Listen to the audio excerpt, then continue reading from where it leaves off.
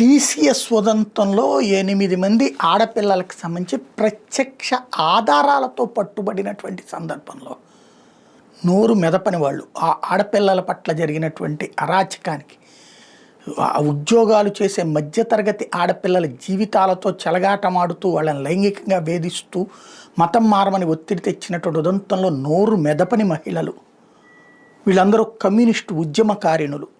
అలాగే ఇతరత్ర అనేక మంది బీఆర్ఎస్లు కావచ్చు, వీళ్ళందరూ బండి సంజయ్ ఉదంతంలో గట్టిగా స్పందిస్తున్నారు. బండి సంజయ్ కొడుకు ఉదంతం నేను అతన్ని ఏం సమర్థించను. బండి సంజయ్ కొడుకు ఉదంతం ఖచ్చితంగా కేసు కట్టాలి, అరెస్ట్ చేయాలి. కేసు కట్టేశారు, అరెస్ట్ చేయాలి. అలాగే విచారించాలి కూడా. విచారించకుండా ఎట్లా చేస్తారు?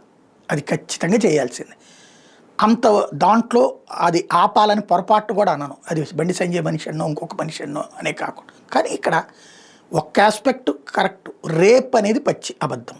అది ఎందుకంటే వాళ్ళ ఫోటోలు వీడియోలు ఇటు వీళ్ళు కూడా ఎక్స్ప్లెయిన్ చేస్తున్నారు, చూపెడుతున్నారు. తను తిరిగినటువంటిది వాళ్ళు సరదాగా ఎంజాయ్ చేశారు లైఫ్ని. ఆ వయసులో చెయ్యొచ్చా లేదా అంటే క్రైమే. చెయ్యొచ్చా అంటే లైంగిక సంబంధం కాని తిరగడంలో తప్పు లేదు. కోర్టు సినిమా ఇక్కడ స్పష్టంగా కనబడుతుంది. అతను మంచోడా చెడ్డోడా అనేది నేను సర్టిఫికేట్ ఇవ్వను. ఎందుకంటే పేపర్లు, టీవీలు, సోషల్ మీడియా కారణంగా కాదు. మద్యం అలవాటు ఉందన్న విషయం అర్థమవుతుంది. అట్లాగే ఫ్రెండ్స్తో తిరుగుతాడన్నది అర్థమవుతుంది. అది కుటుంబ పరంగా సరి చేసుకోవాల్సిన బాధ్యత బండి సంజయ్.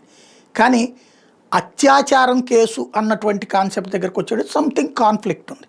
ఎందుకు అంటే వాళ్ళిద్దరూ స్నేహంగా మెలిగారు. వాళ్ళ అమ్మ వీళ్ళందరూ గుళ్ళకి వెళ్ళిన ఫోటోలు కూడా క్లియర్గా ఉన్నాయి. కాబట్టి ఒక 2 ఏళ్ల పాటు మెలిగాక తేడా వచ్చిందంటే అది ఏ పెళ్ళికి సంబంధించిన ఇష్యూనో లేకపోతే కనుక ప్రేమని అంగీకరించలేని వ్యవహారాలు ఏదో జరిగింది. అది సరి చేసుకోవాల్సిన అవసరం బండి సంజయ్కి ఉంది. అదే సందర్భంలో ఈ మాట్లాడే వాళ్ళు గతంలో ఇప్పటికైనా సరే మిగతా మహిళల విషయంలో కూడా స్పందించగలిగితే బాగుంటుంది.